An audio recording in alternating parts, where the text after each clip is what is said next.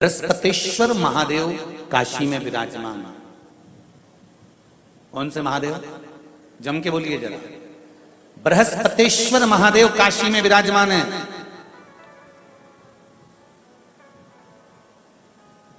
जो अंगूठी में पुखराज नहीं पहन सकते,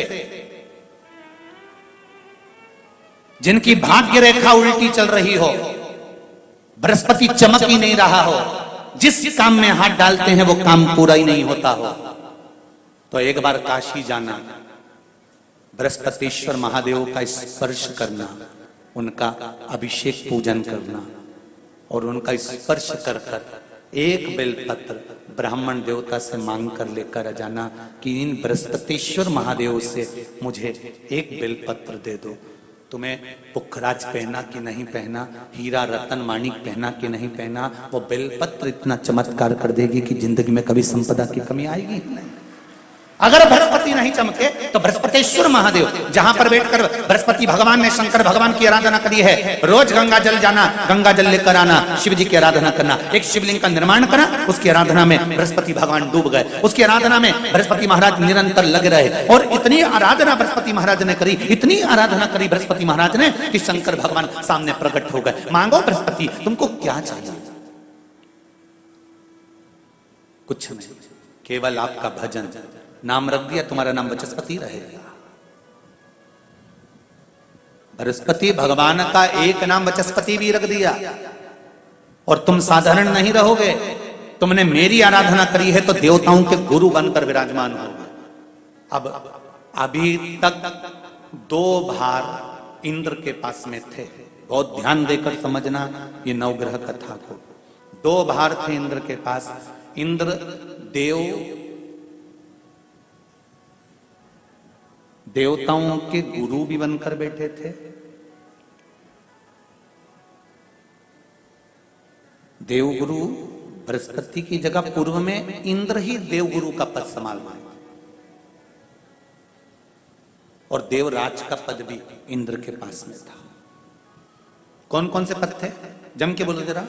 पहला पद देवराज इंद्र का, दूसरा पद देवगुरु, देव गुरु का पद भी इंद्र के पास में था और देवराज का पद भी इंद्र के पास में था। ये 2 पद जब होता है साधारण भाषा में, आप ले लीजिए, किसी के पास में अध्यक्ष का पद भी है, किसी के पास में और कहीं का पद भी है, 2-3 पद उसके पास में विराजमान है, तो उसके पास में 2-3 पद अगर विराजमान है तो फिर उससे अगर एक पद ले लिया जाता है तो उसको अहंकार आ जाता है, उसको गुस्सा आ जाता है कि बताओ अभी तक तो मुझे पूछा जा रहा था, अब तुम तो वो पद पे भी जान दो। जैसे तुम किसी कुर्सी पर बैठे हो, कथा सुन रहे हो और इतने में कोई रिश्तेदार बाहेती जी का आ गया और तुम बढ़िया आराम से बैठे थे और बैठे बैठे इतने में बाहेती परिवार से कोई आया और उसने तुमको उठाया, प्लीज थोड़ा सा, और तुम्हें उठाकर दूसरी जगह बिठा दिया और उन्होंने अपने वाले को कुर्सी पर बिठा दिया। अब बोलो, जो उठा, जिसको उठाया था उसका भगोने जैसा मुंडा हुआ कि नहीं हुआ? अरे बोलो तो। अपन दूर कथा नहीं जाते, कथा अपने ऊपर लेके चलो कि अपन कैसे समझें इस कथा को। बहुत अगर गहन तत्व की कथा सुनेंगे तो समझ में आएगी नहीं। यहां से सुनी, यहां से निकाल दी, बच्ची पूछी दी, ऊपर से निकल गई और मालूम पड़े थोड़ी देर बाद माताएं कुर्सी पे बैठी बैठी। अब फिर तो अपन तो अपने पर लेकर चलो ना कि जैसे कोई, आप कुर्सी पर बैठ गए और इतने में इनके रिश्तेदार कोई आए और आने पर उन्होंने कह दिया तुम यहाँ से उठो, दूसरी जगह जाके बैठो। इतने में तुमको बुरा लग गया, बुरा लगा, मुंह भगोने जैसा हो गया, गुस्सा आ गया। उसी तरह इंद्र के पास में 2 सत्ता थी, एक देवराज इंद्र थे और दूसरे गुरु का पद भी इंद्र के पास में था। देवताओं के गुरु बनकर इंद्र घूम रहे थे, पर अब उल्टा हो गया। शंकर भगवान ने बृहस्पति महाराज को देव गुरु बना दिया।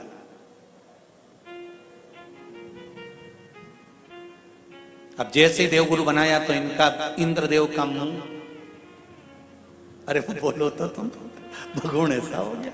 कुर्सी उतरी कि मुंह भगोड़ा। अब इनका मुंह भगोने जैसा हो गया तो गुस्सा तो गुस्सा। इतने में इंद्र ने, बृहस्पति महाराज देवगुरु बन गए। इंद्र सिंहासन पर बैठे थे, अप्सराओं का नृत्य देख रहे थे। वहीं से देवगुरु बृहस्पति का आगमन हुआ। बृहस्पति महाराज जैसे ही आए तो इंद्र तो सिंहासन पर बैठकर पूरा अप्सराओं का नृत्य देख रहे थे, उनको देवगुरु बृहस्पति से मतलब ही नहीं था।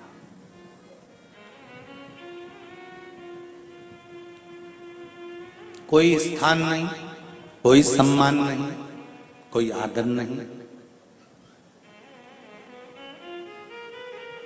कोई आदर नहीं। जिसको घर के बड़े बुजुर्ग सम्मान देते हैं, घर के बच्चों का भी फर्ज है कि उसका सम्मान बच्चे करें। सही है कि गलत है? घर के बुजुर्ग उसको सम्मान दे रहे हैं ना, घर के बड़े उसका सम्मान कर रहे हैं ना, तो घर के बच्चे कहते हैं नहीं, वो तो हमारे लिए गलत सोचता है, हमेशा हमारे लिए अपशब्द बोलता है, हमेशा आड़ा टेढ़ा बोलता है। तो घर के बुजुर्ग कहते हैं तुम्हें क्या करना है, जब हम सम्मान दे रहे हैं तो तुम भी दो, हम आदर कर रहे हैं तो तुम भी करो।